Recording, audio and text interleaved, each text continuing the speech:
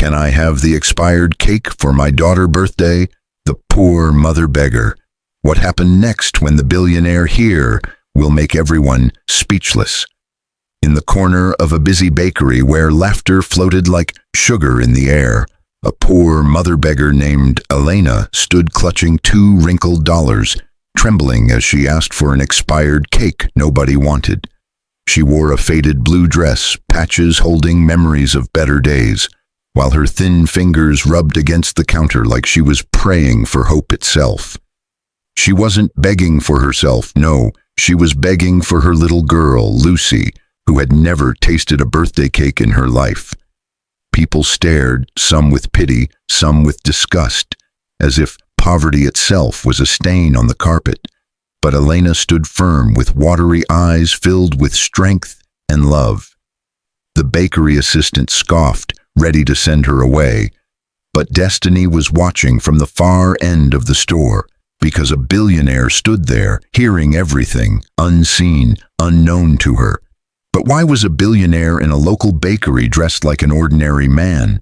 Why did his expression change when he heard her words? And what happened next, when that billionaire stepped forward, will make everyone speechless. Elena's breath came out thin as morning mist as she stood beneath the bakery's golden lights, the neon sign blinking like it might burn out at any second, just like her last thread of hope. She hadn't planned to beg today. She had promised herself she never would. But birthdays came only once a year, and for 6-year-old Lucy, birthdays never came at all. Not in the way children talked about, with balloons, candles, or frosting smudged on tiny, laughing faces. Lucy's birthdays were whispered prayers, soft lullabies, and one shared bread roll cut in half to look like celebration. Elena's voice cracked like a leaf stepped on. "Please, it's expired already. You're going to throw it away. My daughter, today is her birthday. She has nothing to blow a candle on. Just, please, I will pay for it. Anything I have." The cashier was young, sharply dressed, face powdered in confidence, wealth dripping from her acrylic nails. She looked Elena up and down, nose wrinkling like poverty had a smell. "We don't sell expired products," she said with a smile too sweet to be kind. "And even if we did, $2 can't even buy crumbs here." A small line behind Elena shifted. Murmurs like whispers of judgment spilled across the store. A woman snorted. A man laughed under his breath. Another moved farther away, clutching his bag like Elena might steal his life savings. Elena felt the sting, but she stayed rooted. She wasn't here for pride. She was here for her child. Behind her, through the glass, Lucy waited outside. The girl stood barefoot on cold pavement, hugging a threadbare doll missing one eye. Her face was small but bright, like a candle fighting wind. She tapped her chin and waved through the glass, smiling, as if hope was something she could borrow from the air. Elena forced a smile back, even while tears hid in her eyelashes. The cashier leaned close, lowering her voice into a blade. "You're embarrassing everyone. Leave before I call security." A man stepped forward, taller than the rest, calm eyes, quiet presence. White shirt, sleeves rolled to the elbow, watch with a leather strap, not flashy, just expensive enough for someone who didn't need to prove anything. He didn't belong among the crowd, yet he blended like he practiced humility daily. His name was Daniel Hayes, but no one here recognized him, not as the billionaire who owned hotels from coast to coast, not as the man whose net worth could feed whole cities. Today he wore simplicity like armor, choosing anonymity like freedom. He had come only to buy bread. Just bread. But fate served him something heavier.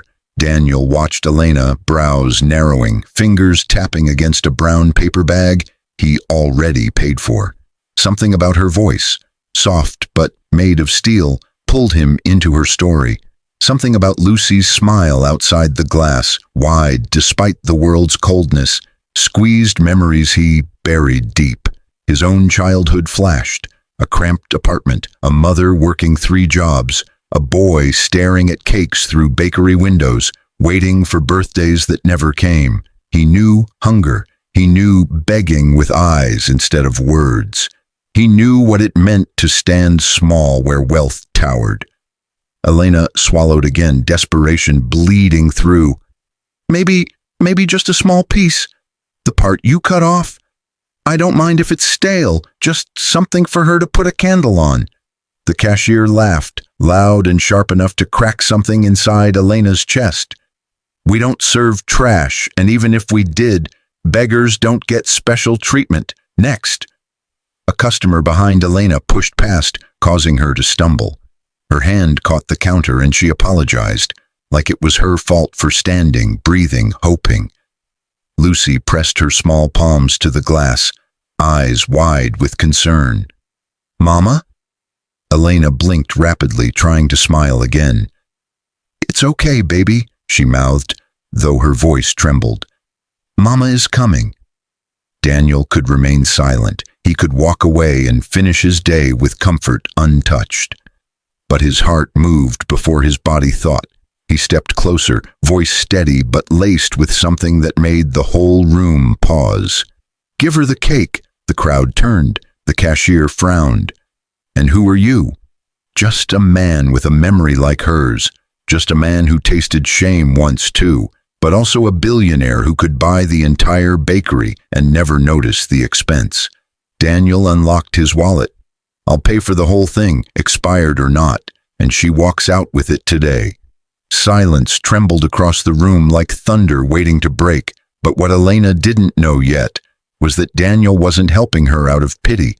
Something in her face, something familiar, haunting, told him this moment was bigger than cake, bigger than charity, bigger than chance, because Daniel had seen her before. Somewhere his past had crossed hers, and what would happen next when the truth came out would make everyone speechless. Daniel's voice hung in the air like a sudden shift in weather, the kind that makes everyone hold their breath before the storm breaks. The cashier's smirk faltered, her eyes darted to the manager's office, then back to Daniel's steady gaze. He didn't raise his voice or posture with ego. He simply stood like a man who expected fairness and wasn't asking twice. Elena froze, fingers tightening around her worn purse strap, unsure whether to thank him or step back in fear of mockery. Help was not a language she received often. Kindness, when given, always had claws beneath it. People wanted something in return, a favor, a body, a soul. But this man, this stranger, looked at her with something else entirely. Respect. The cashier swallowed. Sir, we don't sell expired products. Then consider it disposal, Daniel replied, pulling out black credit cards most people only saw online.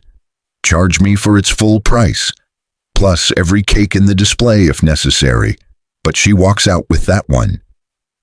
Gasps rippled around the room like wind through wheat. The cashier hesitated, but money spoke louder than rules, and Daniel's presence was not one to challenge. With a forced grin, she lifted the expired cake, slid it into a box, and pushed it toward Elena, like she was handing over something toxic.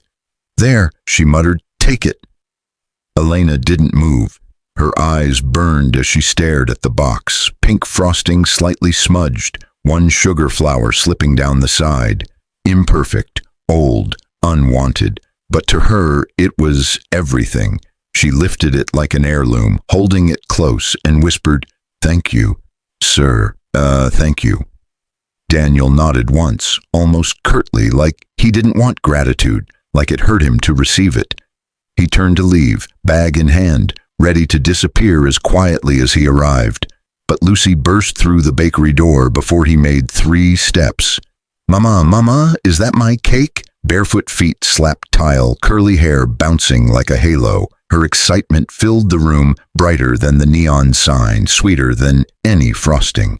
She hugged Elena's leg and stared up at the box with reverence, like it held magic. Elena knelt, voice trembling. Happy birthday, my angel. Lucy's grin stretched wide, but her eyes caught Daniel. this tall stranger who changed her birthday with a single sentence. She tilted her head, studying him with childlike frankness. "Are you an angel?" Daniel blinked. He had heard investors call him genius, competitors call him threat, society call him billionaire, but angel? No. Not since childhood, when dreams still lived. He crouched down to Lucy's height, voice warm yet cautious. "No, sweetheart, just someone who wanted you to smile." Lucy nodded seriously, accepting the answer like gospel.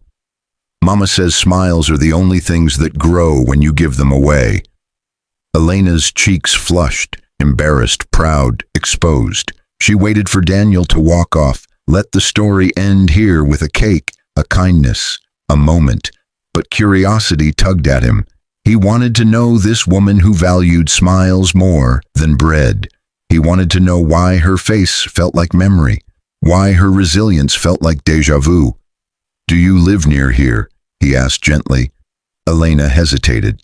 Instinct screamed to shield her life, not out of shame but survival. Poverty taught discretion, desperation taught caution. But Lucy answered first, bright as sunrise. "Under the bridge by the river, we got a blanket with stars on it." Whispers fluttered around them like dark wings. Judging eyes turned sharp. Someone sighed, someone chuckled. But Daniel's face didn't twist, didn't pity, just softened with a heavy quiet. Under the bridge. He had been there once, cold nights, cardboard for beds, rain leaking through holes in hope, his mother coughing beside him, their only meal a stale loaf gifted by a stranger. His voice lowered. "Would you allow me to walk you there?" Elena stiffened. "We don't need—" "Mama." Lucy tugged her sleeve. "He helped us. Maybe he can see the stars blanket with us." Elena's denial crumbled. Not from dependence, she hated the idea of charity, but because something about this man felt like a chapter she'd read before, familiar in a way she couldn't name. So she nodded. They walked together into sunlight, bakery fading behind them like a world she never fully belonged to. Daniel carried the bread he bought, and Elena held the cake like a heartbeat. Cars rushed past, life continuing, but their little trio moved slowly, like fate had its hand on their backs. At the river, beneath concrete pillars and graffiti scribbles, lay their home. If home could be something you could fold, carry, and spread across dirt, a blanket with faded stars, a small box of belongings, 2 plastic cups washed daily in the river. Daniel stopped. He didn't hide the pain that flashed in his eyes, not pity, but recognition. "You live here alone?" Elena nodded. "Just me and Lucy. We manage." Manage was a word that meant hunger, cold, restless nights, and fears she swallowed like stones. Daniel crouched, fingers brushing the blanket edges, soft like he was touching old ghosts. His voice emerged quiet. "I used to sleep under a bridge like this." Elena's breath halted. Lucy blinked, confused. "You did?" Daniel nodded. "With my mother, before life changed." Something unspoken connected them. Shared suffering, shared memories, shared resilience. The bakery had been an act of kindness. But here, under this bridge, Daniel understood something deeper. They weren't just poor. They were survivors. And something inside him, something buried with his childhood, began to wake. A desire stronger than charity, a desire to rewrite destiny. Elena watched him, unsure if she should trust this man or the miracle he represented. Survival had never been kind. Hope had sharp edges, but this moment, this man, felt like a door cracking open to a life she didn't dare imagine, and she didn't yet know that Daniel had every resource to change Lucy's future forever. But fate wasn't finished, not even close. In fact, something would happen that night, something unexpected, life-altering, that would make the billionaire's presence in their life more than coincidence, much more. Evening settled like a tired sigh across the city, streetlights blinking awake one by one, reflecting against the slow-moving river where Elena and Lucy lived beneath the concrete arch. The birthday cake sat carefully on a cracked plastic table near their blanket, untouched for the moment, like a fragile dream they were afraid to break too soon. Daniel remained with them longer than anyone expected a billionaire to stay, not standing over them, not observing from distance, but sitting cross-legged on the ground, as if wealth meant nothing here. He tore a piece of the bread he bought, handing it to Lucy first. She took it with reverence, biting into it like it was warm gold. Elena accepted her share, but ate slowly, watching him, waiting for the moment he would reveal what he wanted. People didn't give without reason. Life had taught her that lesson painfully. Yet Daniel asked nothing. His gaze wasn't hungry, or assessing, or predatory. It was human. Raw. Remembering. "Tell me," he said softly, "how long have you been here?" Elena's fingers smoothed the frayed blanket edge, each thread telling stories she didn't want to speak aloud. 2 years. After Lucy's father passed, everything fell apart. Jobs disappeared. Rent followed. Friends turned into strangers. Family turned into ghosts. The river hummed beneath their silence. Daniel nodded slowly. He knew that kind of collapse. One misfortune wasn't enough to destroy a life, but misfortune stacked like bricks could build a wall no one could climb. Lucy leaned forward eagerly. "But Mama always smiles, even when we sleep in the cold. She says smiles make pain less loud." Daniel's chest tightened. He looked at Elena with new depth, not pity, but admiration. Strength like hers was rare, even among the wealthy who hid misery behind glass towers and champagne. Poverty hadn't broken her. It had polished her spirit until it shined. The wind shifted, carrying distant music from a riverside restaurant, laughter from patrons who ate without counting coins. Lucy listened, swaying gently, one hand still clutching her one-eyed doll. Elena noticed Daniel watching the doll. "Her name is Lily," she said quietly. "She was a gift from someone we once loved." Daniel didn't push further, but curiosity flickered like flame. There was a missing piece in this story, someone important, someone who left pain deeper than hunger. He sensed a scar there, invisible yet loud. He decided to ask a different question. "Has Lucy ever been to school?" Elena looked away, shame dimming her eyes. "No, I tried. They require documents, birth certificate, past address, fees." She sighed. "I keep promising her she will go one day, but someday feels far." Daniel inhaled slowly. He could fix this. He could fix everything. But wealth was delicate. Help offered poorly could crush dignity instead of lifting it. He needed to move carefully, not like a savior descending from clouds, but like a man offering partnership, not pity. Before he spoke again, footsteps echoed on gravel. 2 security officers approached from the street above, flashlights sweeping under the bridge. Authority walked with heavy purpose. Lucy stiffened. Elena's back straightened. She stood quickly, pulling her daughter behind her gently, instinct sharp as a mother wolf. "We aren't causing trouble," she said, calm but tense. "We stay out of the way. We keep our space clean." One officer stepped forward, stern face unreadable. "City is clearing river encampments tonight. Too many complaints." Elena's throat tightened. "We have nowhere else to go." Daniel rose slow, controlled. The authority in his voice didn't need volume. "They're not harming anyone." The officer barely glanced at him. "Sir, I understand, but orders are orders. They must vacate within an hour." Elena swallowed fear like stone. She packed quickly, blanket, box, doll, movements practiced, frantic, silent. Lucy trembled, clutching Lily. "We'll find another place," Elena whispered, though her voice shook like a leaf. "We always do." Daniel stepped closer, not imposing, but unmovable. "No, they won't." The officers paused.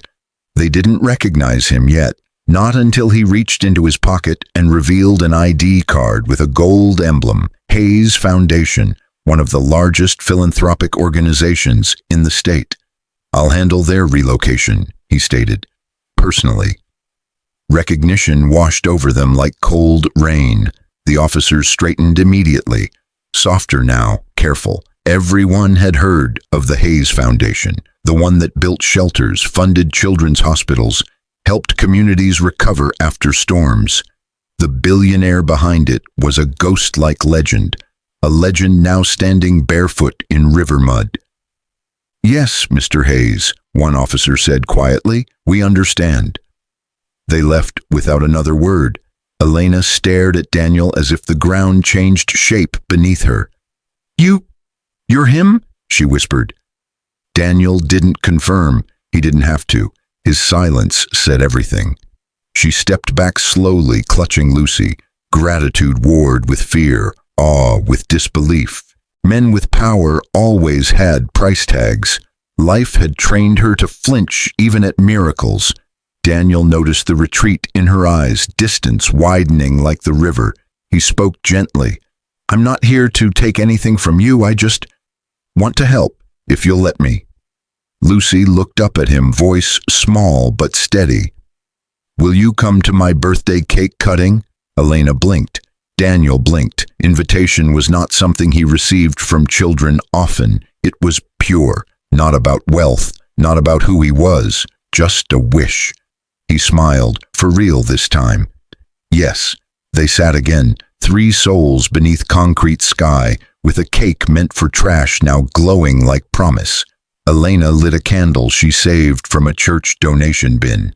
The flame flickered like hope reborn. Together they sang softly, voices fragile yet warm, Lucy's laughter bright as moon on water. When she blew the candle, Daniel felt something inside him crack open, something long forgotten. Joy, not the kind bought, the kind shared. He looked at Elena then, really looked, and memory returned like a lightning strike. He knew her, not from news, not from charity records, from his past, from before fortune, from hunger and struggle and childhood nights.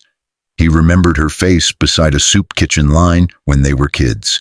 He remembered her mother sharing bread with his, one loaf feeding two families when survival was thin as thread. He remembered a debt of kindness unpaid.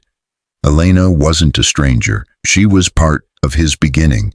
But she didn't remember him, not yet. And when she did, everything would change. Fate wasn't looping back for a coincidence. It was here to settle something deep. What came next would not just be speechless. It would reshape destinies. The night deepened, painting the riverbank in moon silver and shadow. Lucy fell asleep first, curled against Elena's lap, frosting still at the corner of her lips, like a promise she finally tasted. The candle burned out hours ago, but its light lived on in the warmth that lingered between the three of them.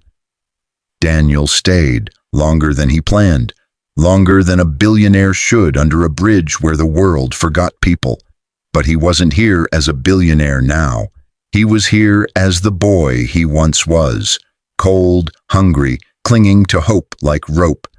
And Elena was part of that rope, even if she didn't remember. He watched her gently stroke Lucy's hair, motherly devotion woven into every slow movement. Her posture was tired, but her eyes, though rimmed with exhaustion, still carried fire. He admired that. The world tried to break her, yet she didn't bend far enough to snap. "Elena," he said quietly, "can I tell you something?" She looked at him, cautious but listening. "Of course.